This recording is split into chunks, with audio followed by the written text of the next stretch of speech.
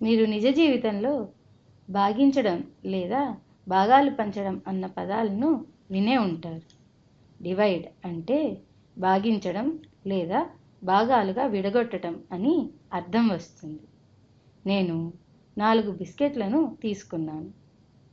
వాటిని నాకు మరియు ఇంకొక మనిషికి మధ్య ఈ 4 బిస్కెట్లను సమానంగా పంచాలనుకుంటున్నాను. ఇక్కడ బొమ్మలను గీస్తున్నాను. ఎంతమంది మనుషులు ఉన్నారు? 2 కదా. ఎన్ని బిస్కెట్లు ఉన్నాయి? 4. ఒక్కొక్కరికి ఎన్ని బిస్కెట్లు వస్తాయి? 4 బిస్కెట్లను 2 గ్రూపులుగా విడగొట్టుతున్నాను. అయితే ఒక గ్రూప్కి ఎన్ని బిస్కెట్లు ఉన్నాయి? 2 కదా. ఇదే డివిజన్ అంటే, లేదా దీన్నే భాగించడం అని అంటాము. 4 బిస్కెట్లను 2 గ్రూపులుగా విడగొట్టితే చూడండి, ఇది గ్రూప్ 1, ఈ పక్కది గ్రూప్ 2. ప్రతి గ్రూప్కి ఎన్ని బిస్కెట్లు ఉన్నాయి? 1 మరియు 2 అంటే 2 బిస్కెట్లు ఉన్నాయి. అలాగే పక్కనే ఉన్న రెండవ సమూహములోనూ 1 మరియు 2 అంటే 2 బిస్కెట్లు ఉన్నాయి. అంటే 2 మనుషులకు 2 బిస్కెట్లు వస్తాయి. ఇదే విధంగా అన్నదమ్ముల మధ్య కూడా ధనాన్ని పంచవచ్చు. ఇక్కడ చూపిన ఉదాహరణను గణిత పద్ధతిలో రాయాలంటే 4 డివైడెడ్ బై 2 ఈక్వల్ టు 2. ఈ గులాబీ రంగులో రాసిన 2 అన్నది ఎంతమంది మనుషులు ఉన్నారో తెలియజేస్తోంది. అలాగే ఇంకొక 2 అన్నది ఒక్కొక్కరికి ఎన్ని బిస్కెట్లు వచ్చాయో తెలియజేస్తుంది. ఇది గుణించుటకు పూర్తిగా వ్యతిరేకం. నా వద్ద 2 సమూహములు ఉన్నాయనుకోండి.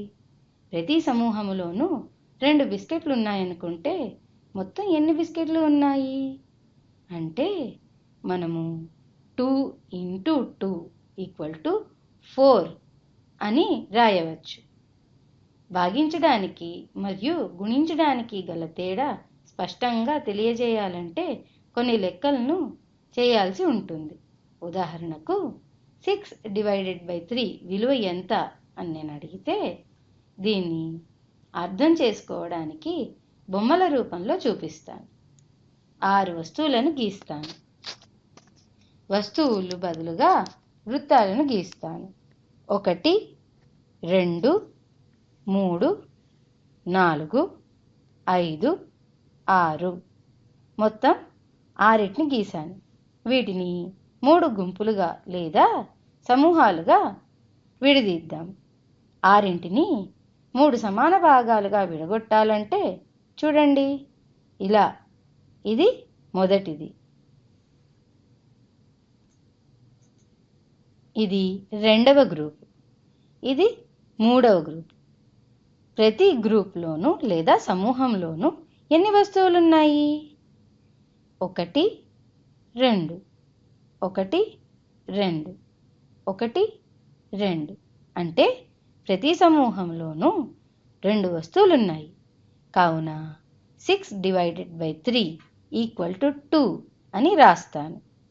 ఇక్కడ మనము ఏం చేశాము? 6 వస్తువులను 3 సమాన భాగాలుగా చేశాము.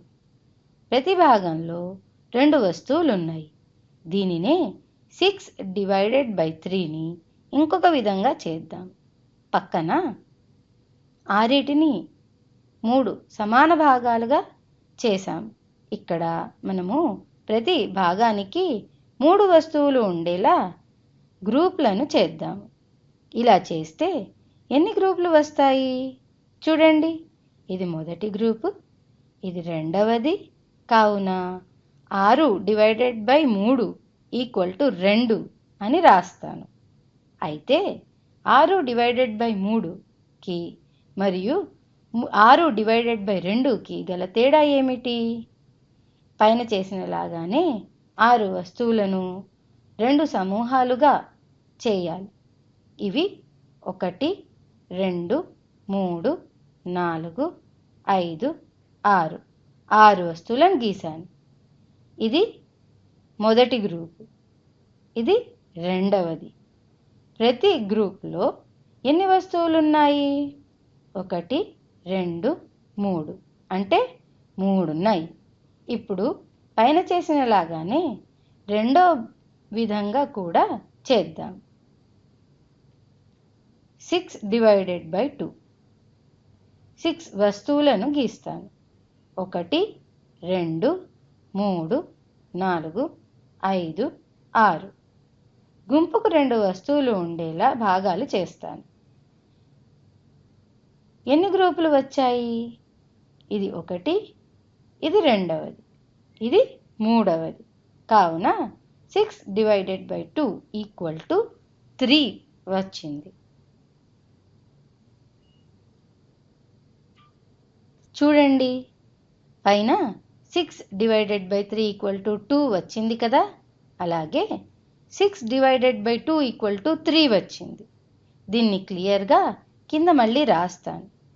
6 డివైడెడ్ బై 3 ఈక్వల్ టు 2 మరియు 6 డివైడెడ్ బై 2 ఈక్వల్ టు 3. చూడండి, 2 మరియు 3 వాటి స్థానాలను మార్చుకున్నట్టుగా ఉంది కదా. ఇది ఎందుకంటే 2 ఇంటూ 3 ఈక్వల్ టు 6 కావున. చూడండి, 2 గ్రూపుల్లో 3 వస్తువులను తీసుకుంటే మొత్తం ఎన్ని వస్తువులు ఉన్నాయి? 6. దీనినే 2 ఇంటూ 3 ఈక్వల్ టు 6 అని రాయొచ్చు. అలాగే 2 వస్తువులను ఒక సమూహంగా చేసి 3 సమూహాలను రాస్తే అది 3 ఇంటూ 2 ఈక్వల్ టు 6 అని రాయొచ్చు కదా.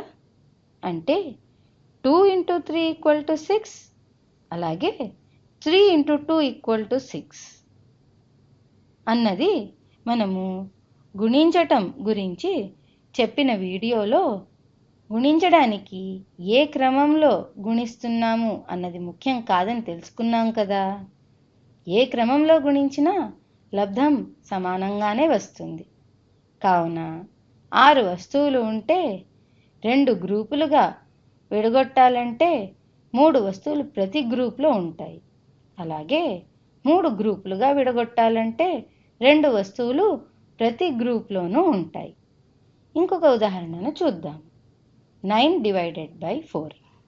దీనిని ఎలా చేయాలి? సరే, ముందు 9 వస్తువులను గీస్తాను.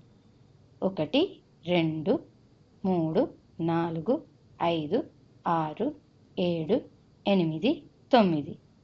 ఇవి మొత్తం 9 వస్తువులు. అయితే గ్రూప్కి 4 వస్తువులు ఉండేలా గ్రూప్లను చేద్దాము. ఎన్ని గ్రూపులు వస్తాయి? మొదటిది 4 వస్తువులు తీసుకుంటున్నాను. ఈ 4 వస్తువులను రెండవ గ్రూప్గా చేస్తాను. ఇక్కడ ఒక వస్తువు మాత్రము మిగిలిపోయింది. దీన్ని శేషము లేదా రిమైండర్ అని అంటాము. కావున 9 డివైడెడ్ బై 4 ఈక్వల్ టు 2. గ్రూపులు ప్రతి గ్రూప్కి 4 వస్తువులు ఉన్నాయి. అది కాక శేషము లేదా రిమైండర్ 1 వచ్చింది. ఒకవేళ నేను మిమ్మల్ని 12 డివైడెడ్ బై 4 ఎంత అని అడిగితే ముందు 12 వస్తువులను గీస్తాను. 1 2 3 4 5 6 7 8 9 10 11 12. అయితే మనకు కావలసినది 12 డివైడెడ్ బై 4. అంటే ఈ 12 వస్తువులను గ్రూప్కి 4 ఉండేలా ఎన్ని గ్రూపులు చేయగలము? ఇది మొదటిది, ఇది రెండవది, ఇది మూడవది. కావున 12 డివైడెడ్ బై 4 ఈక్వల్ టు 3 అని రాయవచ్చు. అయితే 12 డివైడెడ్ బై 3 ఎంత? ఇది 4 అవ్వాలి. ఎందుకంటే 3 ఇంటూ 4 ఈక్వల్ టు 12 కావున. దీనిని మనం ఇప్పుడు నిరూపిద్దాం. మళ్ళీ 12 వస్తువులను గీస్తున్నాను. గ్రూప్కి 3 వస్తువులు ఉండేలా ఎన్ని గ్రూపులు చేయగలను? గీస్తాను. 1 2 3 4 5 6 7 8 9 10 11 12. గ్రూప్కి 3 ఉండేలా ఇది మొదటి గ్రూప్, ఇది రెండవది, ఇది మూడవది, ఇది నాలుగవది. ఇలా గ్రూపులు చేసి లేక అడ్డంగా 3 వస్తువులను ఒక గ్రూప్గా తీసుకున్న 1 2 3 4 మొత్తం 4 గ్రూపులు వచ్చాయి. చూడండి, అడ్డంగా 3 వస్తువులను ఒక గ్రూప్గా చేశాను. ఇక్కడ కూడా 4 గ్రూపులే వచ్చాయి. ఇంకొక ఉదాహరణను చేద్దాం. 14/5. 14 వస్తువులను గీస్తున్నాను. 1 2 3 4 5 6 7 8 9 10 11 12 13 14. గ్రూప్కు 5 వస్తువులు ఉండేలా ఎన్ని గ్రూపులు చేయగలను? ఇది మొదటిది, ఇది రెండవది, ఇంకా 4 వస్తువులు మిగిలాయి. కావున దీనిని 14/5 = 2 శేషము లేక రిమైండర్ 4 అని రాయవచ్చు. దీనిని ఇంకొక విధంగా కూడా చేయవచ్చు. చూడండి, 14/5 లేదా 14ని 5తో భాగిస్తే భాగించడానికి ఇలా కూడా రాయవచ్చు. 5 14లో ఎన్నిసార్లు పోతుంది? 5వ ఎక్కాన్ని రాద్దాము. 5 × 1 = 5, 5 × 2 = 10. 10 14 కన్నా చిన్న సంఖ్య కావున 5 × 3ని చూద్దాము. ఇది 15కి సమానం. 15 14 కంటే పెద్దది కాబట్టి 5 × 2 = 10నే తీసుకోవాలి. 2ని ఇక్కడ పైన రాస్తున్నాను. 5 × 2 = 10. ఈ 10ని 14 కింద రాస్తున్నాను. 14 - 10 ఎంత? 4 వస్తుంది. ఈ 4 అన్నది శేషము లేదా రిమైండర్. చూడండి, 14 వస్తువులను గీసి 5 వస్తువులు ప్రతి గ్రూప్లో ఉండేలా గ్రూప్లను చేసిన 4 వస్తువులే మిగిలాయి. ఇంకొక ఉదాహరణను చూద్దామా? 8/2 ఎంత? దీనిని 8/2 అని ఇలా కూడా రాయొచ్చు.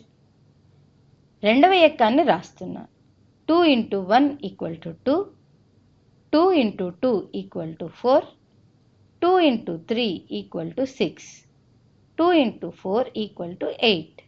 కావున ఇక్కడ 4 రాస్తాను. అలాగే వస్తువులలాగా గీసి కూడా చేయవచ్చు. 8 వస్తువుల్ని గీస్తాను. 1 2 3 4 5 6 7 8. ఒక క్రమ పద్ధతిలో గీయకపోయినా కూడా గ్రూపులుగా చేయవచ్చు కదా. ప్రతి గ్రూపుకి 2 వస్తువులు ఉండేలా ఇది మొదటి గ్రూపు, ఇది రెండవది, ఇది మూడవది మరియు ఇది నాలుగవది. కావున 8 వస్తువులను ఒక సమూహంలో 2 వస్తువులు ఉండేలా 4 గ్రూపులుగా విడగొట్టవచ్చు. మీకు ఇది బాగా అర్థమైందనుకుంటాను.